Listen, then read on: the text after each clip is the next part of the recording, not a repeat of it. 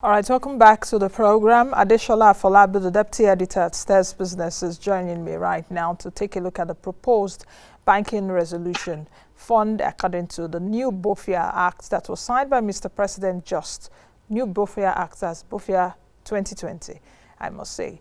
It was signed just a few days ago by Mr. President. Hello, Adesola, and welcome to the program.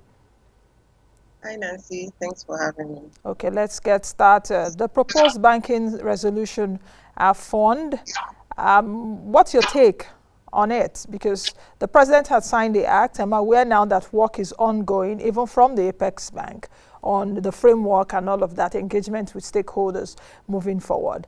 What do you think? Unpack for me what this banking resolution fund is, especially for my viewers watching and saying, which one is this one again? Okay, so from what I understand, the banking fund is pretty much similar to a banking sector resolution cost trust fund that has actually been in existence for quite a while now. The remarkable difference is the previous trust fund required banks to put in 50 basis points, that's less than 1% of their total assets, into this fund. And what that fund did was balance Amcon's book. So it balanced the difference between the assets and the liabilities. So when, for instance, Amcon needs to buy up a failed bank, they can get some money as part of the fund to balance their books. But the new fund is proposing a 10 basis point, so even much more lower than the 1%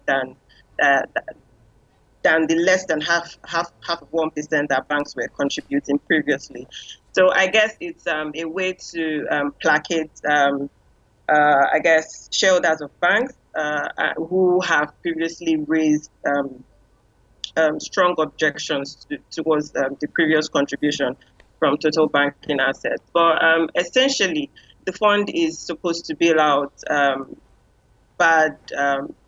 bailout banks that are in serious financial crisis, for lack of a better word. So it's to create a bridge bank that can help to buy up the bad loans in the system. So like we saw with Polaris Bank, how the Amcon injected about 900 billion into Polaris Bank then to help it stay afloat. So I guess the fund is pretty much targeted at doing something like that, and it's forward thinking. If you look at the crisis that we've witnessed in 2020 alone, it's indicative of the fact that there could be chances that the CBN doesn't want to take with other banks and likely failing assets. So I guess that's the reason behind this new fund.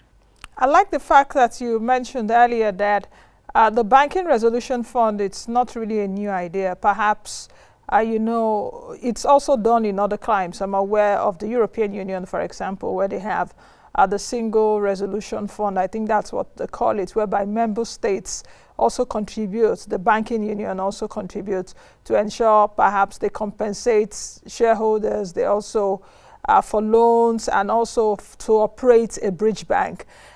But what will make the Nigeria's proposed resolution fund different from what we have with Amcon? Because like I said earlier, Amcon was created or established in 2010. We saw them come in, is like a bad bank, buying bad loans, NPLs from banks. So what do you think, in your view, will be the difference between the proposed resolution fund and Amcon? Okay, so the proposed resolution fund is like I said, the previous proposed resolution fund was actually quite different from Amcon. It just helps provide the funds to be able to bail out the bank. So the previous one was quite different, and the new one would also be very different. The underlying factor is when banks go bad, what usually happens is to prevent perhaps the government from putting in taxpayers' funds. So what happens is when they contribute from different banks, That way, banks can take up the liability. They can provide the funds, to preserve the strength of the banking industry. So it's not the same as Amcon. It's just like the word bridge. It's just to help. It's to serve as a bridge to provide funds for failing banks, or to provide funds for banks that have excess of their assets that are not performing, their loans that are not performing. I think the startling difference also would be that taxpayers' money would not be used in this proposed banking resolution fund, like you alluded to, because in Amcon, banks were bailed out with taxpayers' money. Government, Central Bank of Nigeria, came in. I think that year, was it 2010, with a 10 billion naira, then subsequently injecting billions of naira into Amcon to buy those bad debts. But perhaps what the proposed banking resolution fund will do is getting money from the financial institutions themselves, so like an annual contribution. Yes, well, it's always gotten annual contributions from the banks, and the why it used taxpayers' money was because to set up the Amcon itself, it needed money from the Ministry of Finance and the CBN. Like you said, CBN was contributing 10 billion every year to Amcon. That helped to set up the initial capital. But to buy the level of loans in the industry, if you remember, as at 2008, when we had the financial crisis, we had up to 2 trillion naira of loans that Amcon, had to buy. There was no way the initial capital they had then, that the contributions from both the Ministry of Finance and the CBN could, meet up to that level of bad debts in the industry. So what they did was give out zero coupon bonds. So they give out bonds to banks that, okay, bring your bad loans, and in 3 years we will pay you based on how you secured the loans. So for instance, if banks secure their loans with shares, there was a way they calculated it that in 3 years we'll give you maybe 60% of the premium of these loans. If they were not secured at all, Amcon paid 5% of the loan. So in itself, the capital Amcon used to start could not, buy up the level of loans in the industry. So they really needed taxpayers' funds, in quotes, from bonds. So when they issue out these bonds, obviously the government stands as a guarantee that these monies will be paid back in, say, 3 years' time. So in 3 years' time, if Amcon is not able to recover those loans, what eventually happens is the government has to find money. So sometimes borrow money to be able to pay the banks if they have not recovered these loans that they bought from the banks 3 years prior. So what they eventually agreed to do was to set up that fund to pool resources from all banks, so that it's easier. If they cannot they are not able to sell off the assets, maybe they got from debtors that had defaulted, or if they are not able to recover the funds themselves, what they do is now what's the word? They take the money from that funds and use it to pay out the shortfall between the assets that they have and their liabilities. I'll give you an example. When they needed to bail out Polaris Bank, Amcon already had 5 trillion of debt, and its asset at the time was just about 800 billion. There was no way Amcon could meet up with its, to be able to balance its sheet, so to speak. Its asset had to be equal to the liability. So what it did was pick funds from the Banking Sector Resolution Cost Trust Fund and use it to balance its accounts. But this fund, it's obviously going to work the same way. The only difference is, previously banks were contributing 50 basis points. Now banks will contribute 10 basis points. So it's even much lower than what they expected to contribute. So I guess that could be the major difference, and a reason for owners of banks in another word for the shareholders to, want to agree to, to allow the funds continue. But obviously the initial trust fund that we have, has still not closed, because obviously Amcon is still in existence. But this fund is going to be scrapped, and we pick this, or then we do both at the same time. These are questions that I guess the new act the new framework from CBN will reveal. Well, in your own opinion, what do you think should happen? Because when this comes into place, and when we have like a new framework from the Central Bank of Nigeria, should Amcon be scrapped? Because Amcon is already, it had a 10-year lifespan when it was created. I think the 10-year expired in July of this year, if I'm not mistaken, or thereabout. So I don't think I've even heard anything. Shola, have you heard anything about Amcon's lifespan being extended? I don't know, maybe I may be wrong. So we've not really heard anything. What I hear instead is going to, yes, that is going to continue to 2024. That's what we are hearing. And I think that's one of the major challenges that people need clarity on. So when you establish a corporation like that, that is, that majorly sets up rich banks, what we need to ascertain is how long would they operate for. Initially, they said 10 years, but even the Act does not show that there's no place in the Act establishing Amcon that it should have run for 10 years. So they didn't have a sunset clause, and that was the major problem. So when we are setting up this new banking sector fund now, how long would banks, continue contributing to these funds? These are the questions that such act needs to be clear on, because if it continues in perpetuity, it's difficult for people to understand, or for even the corporation to set timelines, to set KPIs, to set objectives that between now and when we are expected to fold up, we should have recovered so in assets. We should have been able to pay back many of these debts that we are owing. So these are the questions that raises the issue around how viable these funds are. If we don't know how long we're going to keep contributing for, it's obviously not going to sit well with a lot of people. But what do you think, especially with the proposed banking resolution fund now? What do you think? That's in your own opinion now. Do you think that it should continue?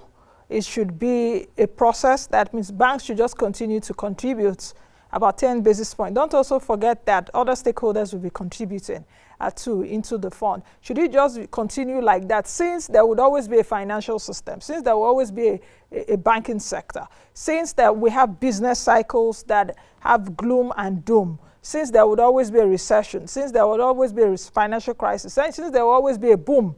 Do you understand what I'm saying? So that we don't have that situation of too big to fail. Like we saw in the United States, we saw Freddie Mac and Fannie Mae, big banks even collapsing. So for every business cycle, we'll have business cycles, things will come and go. So should we continue to see that contributions? I suppose definitely it's a very progressive idea. It's one that we should embrace. But then we should think about how we are managing, the funds that is being contributed. If it's just one body contributing these funds, and we are not doing much about credit recovery or asset recovery from debtors, because what these monies are contributed for, let's not forget, is to bail out banks. So when we bail them out, what happens to the assets that we are getting from them? Are we chasing the cost and solving the cost? Because the reasons why banks fail in the first place is because people are not able to pay back their loans. People are not able to, repay their debt. So what are we doing about those debts that, causes, these banks to fail in the first place? So it's the management of that asset that we also need to ask ourselves, and, how to manage these funds when they are being contributed. But overall, it's a great idea, the progressive one. So we should ask the questions what the funds will really be used for. How about the management of the banks or the financial systems themselves? Because what we've seen even in the past, at least since Sanusi days, when some of those banks failed, and we saw a bit of some of those current banks buying some of those banks. What does this leave in terms of the management of the banks in Nigeria? Of course, the central bank has come up with rules that you mustn't be a CEO more than 10 years, and also chairman, that you must leave, unlike what we saw before, that you may just stay till, you understand what I mean? But what other measures can be put in place to run the banks or the financial institutions right? Yeah, so like you said, the CBN has put in place several measures. We have things like the capital adequacy ratio. So even banks cannot have, their threshold for capital cannot go, below certain limits. So these are good initiatives. However, the rationale behind just buying up, any type of loan that is bad in itself. So you'll see that with the case of Amcon, CBN's influence is actually really strong on the bank. We had situations where Amcon was even buying performing loans, loans that had no reason to pay. In 2011, we saw where it bought 150 billion of then-on loans. There is no reason to do that. So we have to also remove the influence of the Apex Bank on how those funds are managed. Because if there is bias in the way these funds are expended, then banks will just feel like, well, they can get away with whatever it is. But when they know the level of loans that are bought are scrutinized, you don't just buy any loans. There has to be a legitimate reason, and then banks are naturally inclined to sit up.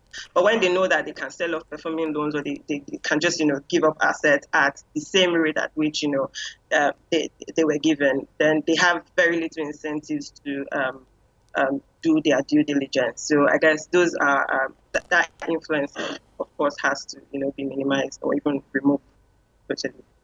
Adesola, let me ask you your view about the supervisory role that the Central Bank of Nigeria is playing on the banks.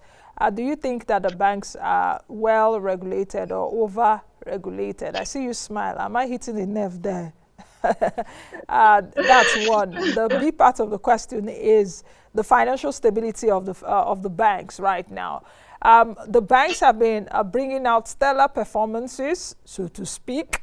Their 9 months corporate earnings have been coming out, and that's been driving, the steroids somehow that we've been seeing in the equities market. Even in a recession, equities market is rising. That's where the gains are right now. So for savvy investors, they may take opportunity of that. But don't say that I have advised you here on the show. Better seek opinion and know the stocks you're buying. So how would you take a look at the supervisory role that the CBN is playing vis-a-vis also the financial stability of the banks? Okay, so I'll take the second question first. Really interesting one. So yes, the banks are doing pretty well. If you look at their performances, like you said, it's surpassing expectations. We even cracked the joke about what is happening, and to be honest, they've been able to sustain this performance across the years. From 2015, you see that performance has been really good. But what we also need to take note of is the rising non-performing loans. So if you look at the second quarter of this year, you see that non-performing loans increased by about 2%.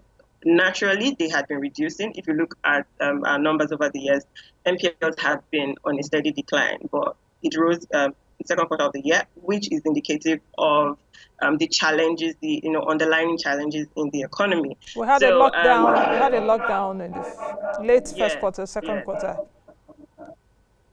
Very true. So and that obviously impacted on businesses and how they are able to pay back the funds. And of course, we have, the grace period that the CBN gave to the banks to be able to recoup the loans, and obviously at also a lower rate. But in terms of regulations, we see that the CBN genuinely has the interest of the financial industry at heart, and they are doing everything they can to maintain that position for the bank. So I wouldn't say they are either overregulated or underregulated. I believe they react to situations as it comes for the banks, regardless of the economic crisis or not. You find that they are responsive in terms of the policies that they put out there.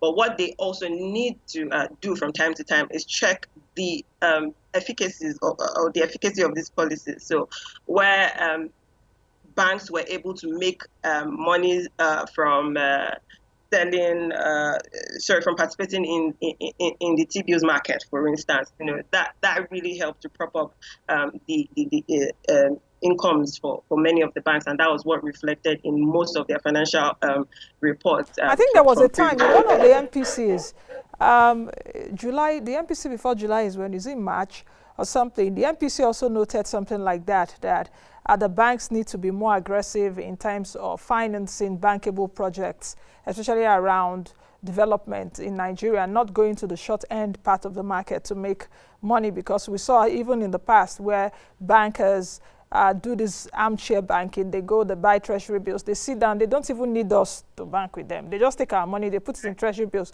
At the end of the day, they get 13, 14, 15% interest. But now it's not really like that, because even the yields are low. So, yes. So the Apex Bank at that time signaled at that time. So what do you think from that time has changed till now? Well, what we can see is obviously the debt of the government, like how much they need to pay back, has significantly reduced. But obviously, it makes the banks also sit up and look for viable projects, within the economy, within businesses, to be able to fund and finance. But I guess that's that's where banks, would have to sit up. And obviously, we are seeing how, they are wanting to diversify into different aspects of the economy now. We see GT Bank wanting to go into pension management, and, embracing other aspects of finance apart from just the regular traditional banking. So I believe they are also thinking outside the box, and they are doing all that they can to be able to maintain the level of profit that they've gathered over the years, given the fact that the opportunities for, like you said, armchair banking is dwindling or is reducing. Okay, just before we end the program, let's talk about Amcon. Do you think Amcon should be scrapped, or should it stay? I'm wondering, Amcon officials watching in their offices right now, like, really? But if it's going to stay, what should make it stay, and what should be put in place to make it stay? Vis-a-vis the proposed banking resolution fund, of course, will operate the bridge bank and all of that. Like I said earlier, there is the banking single resolution fund in the EU, for example, and it does quite a whole lot of things. Also, the assets management vehicle with the bridge bank and all of that. So if Amcon is to stay, what will make it stay? If it's to go, when should it go? And if it goes, what will happen when it goes? To all the monies, will all the monies go with them? So that's a very, very good question. To be honest, Amcon has the role of Amcon in the financial industry has been really great. We saw how it reduced the non-performing loans in the industry, for instance, from as high as from double digits to less than 6%. But then we can there is a genuine reason for Amcon's existence. However, how long it should exist for should depend on what its objectives are. What does it want to do?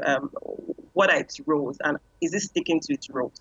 So if we have its direct objectives, for instance, stabilize the banking industry, it has no business taking banking funds into airline industry, for instance, or any other place. Aside that, when we have the objectives, we're able to set a timeline, because Amcon itself is the asset management company. And yes, you're right to say EU has a banking sector resolution, a trust fund similar to what we have now. But what is different from that is bad banks are set up for, certain reasons, certain objectives, and within timeline. If you look at Malaysia, for instance, they had a bad bank, Dana Harta, which within 7 years had objectives. They had KPIs. They reported to the people in terms of what level of loans they wanted to reduce in the industry. And this helped them, manage expectations. So first, we need to know what they are set up to do, what they want to do for the period of time that, they are set up to do. And if they are going to continue existing, their oversight roles should be very transparent. People should know who runs what. You don't just buy loans because someone up there says, you buy loans. You buy loans because they are legitimate. Like I said, their reason for existence is very genuine, because there are some people that genuinely cannot pay back loans, based on economic crisis or based on the situations that they are facing. But how about those people that have, taken loans and are not able to pay back? If Amcon goes today, what happens is that all those loans falls on CBN to pay, or the government, to pay that money, and they are not able to, recover a substantial amount of it before they go. So it's a tricky situation, and we have to be, really wise while handling it. Amcon's existence is necessary. However, its continuous existence needs to be transparent. It needs to be void of influences from the government, for instance, because if a government official is telling you to go and buy, a government person is telling you to go and buy loans, owned by government officials, that something is wrong somewhere, and that's not a way to sustain, the beauty of, setting up the corporation in the first place. Okay. I think we'll leave it at that, Shola.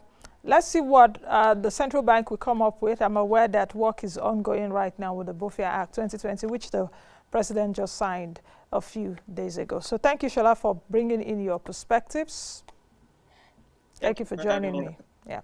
All right, I've been speaking with Adesola Akindele-Afolabi, the Deputy Editor at Stears Business. We'll continue to watch what would happen, at least when the framework or when the work is done right now by the Apex Bank. Perhaps they would also give us more information on how the proposed banking sector fund would be.